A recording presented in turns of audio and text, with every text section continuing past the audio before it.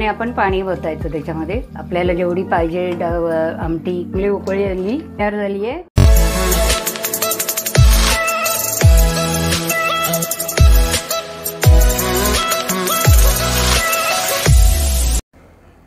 नमस्कार, आज आपण तुरीच्या डाळीची तिखट आमटी बनवतोय। त्याला लागणारं साहित्य बघा।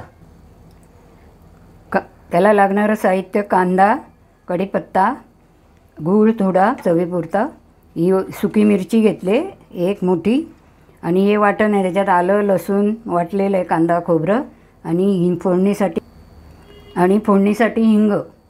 पण फोडणी करूया। पहिल्यांदा राई टाकूया तेलामध्ये, थोडंसं जिरं, हिंग आणि सुकी मिरची एक, कढीपत्ता। आता कांदा घालूया।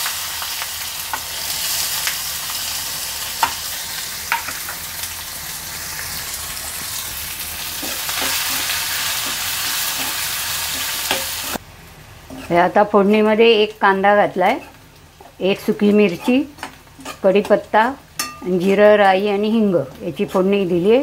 आता आपण मसाले घालूया। हळद एक चमचा, लाल तिखट घरगुती मसाला आपला हा 1-1.5 चमचा आपल्याला लागेल ते तिखटाच्या अंदाजाने घालायचं। आता त्याच्यात वाटलेलं वाटण,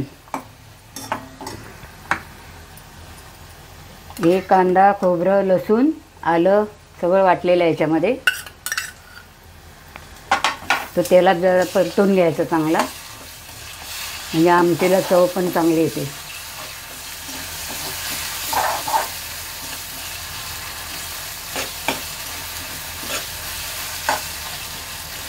आता अर्धा चमचा गरम मसाला घालूया।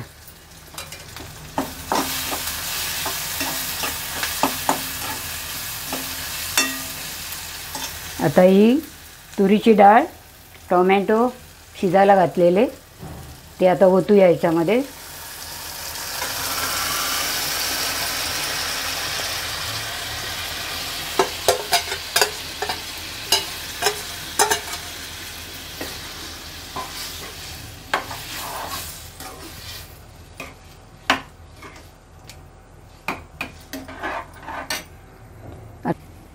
आता अंदाजाने आपण पाणी ओतायचं त्याच्यामध्ये, आपल्याला जेवढी पाहिजे आमटी तेवढीच ओतायचं।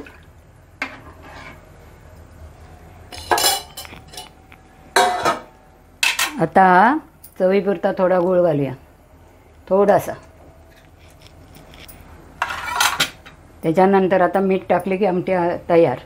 मी हाताने टाकते, मला चमच्याने अंदाज कळत नाही।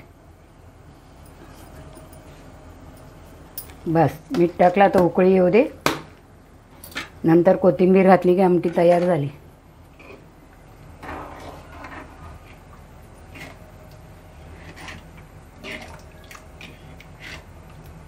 आपली आमटी तयार झाली, चांगली उकळी आली। आता काढून दाखवते तुम्हाला। आपली तुरीच्या डाळीची आमटी तयार झाली आहे, तुम्ही करून बघा। धन्यवाद।